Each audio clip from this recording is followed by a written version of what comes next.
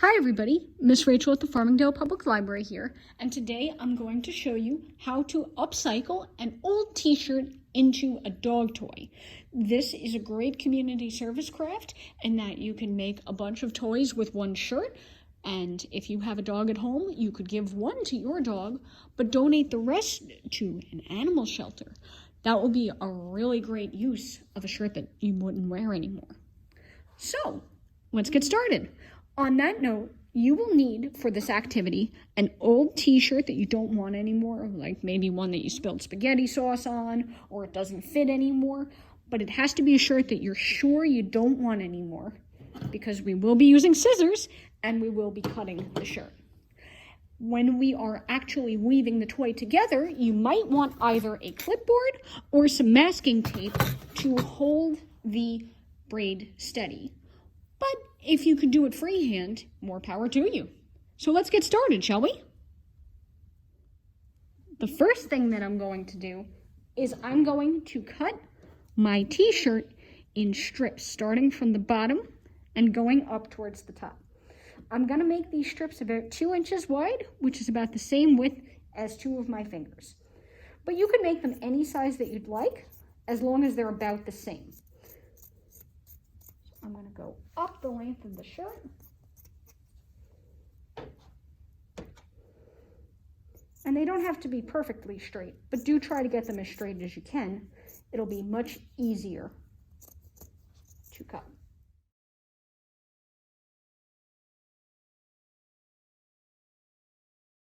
All the strips of your fabric that you'd like, we're going to be left over with the piece of the shoulder and with the sleeves. For my sleeves, I'm also going to cut a few strips of the sleeves, but I'm going to cut these a little bit thinner and go up the length of the sleeve, again to the shoulder, and snip that off. So see, now I have one much shorter piece of fabric. And if you can, find something with a bit of a pull to it. So I'm going to set the rest of my shirt off to the side, and we will start making our toy. To make one dog toy from your shirt, you will need 2 pieces of the sleeves, so 2 strips of sleeves. In this case, I'm using a men's extra large t-shirt that used to belong to my dad. We're going to use 2 strips from that, and 3 long strips from the length of the shirt. The first thing that I'm going to do is I'm going to take my 3 long lengths, I'm going to gather them together so the ends are all in one place. I'm going to loop it around my finger. I'm going to tie it in a knot. And I'm going to pull that knot really tight. It's okay if there's some extra ends coming out of this side, because what I'm going to do is at the end, I'm going to turn it into a ball using the back side of these short pieces.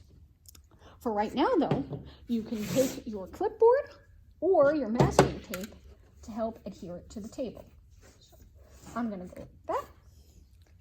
And next, we're going to separate out our pieces, and we're going to braid them.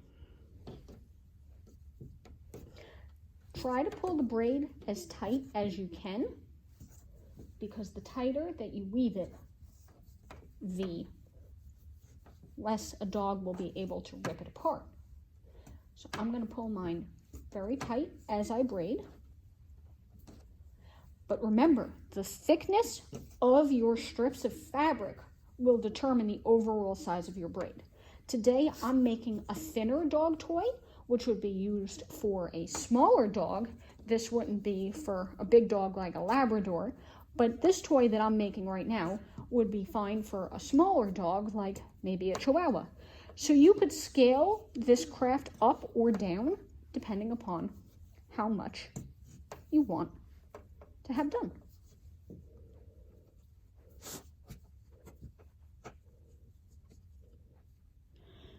So when we get to the bottom of our braid and there isn't too much left that we can braid, we're going to be tying off the end in a knot. So I have just a tiny bit left at the very bottom of my braid. At this point, I'm going to take the braid, pull it tight, loop it around my fingers, and pull the knot through. Pull it tight. So I should have a little nub at the end on both sides. What we're going to do is we're going to take our shorter pieces of material and we're going to wrap it around the knot to give it a little bit of extra strength. And then I'm going to tie it into a knot. Tie it tight, flip it over, and if you can, tie it tight one more time. See how now we're building a ball at the end of our dog toy. I'm going to tie that again. If there's any extra bits hanging out of the sides, what you can now do is loop them around and tuck them through that shorter piece. So I'm going to tuck that in, and there we go. So now I have a ball on one side. I'm going to do the same thing on my second side and loop a short sleeve piece of fabric around my knot and tie it, loop it around, and pull it a little tighter so I can tie it a second time. Okay, here we go. And then you could leave the ends free if you would like, or you could tuck them in to make a ball on both sides. It all depends on what kind of toy you want to make and how much leftover fabric you have.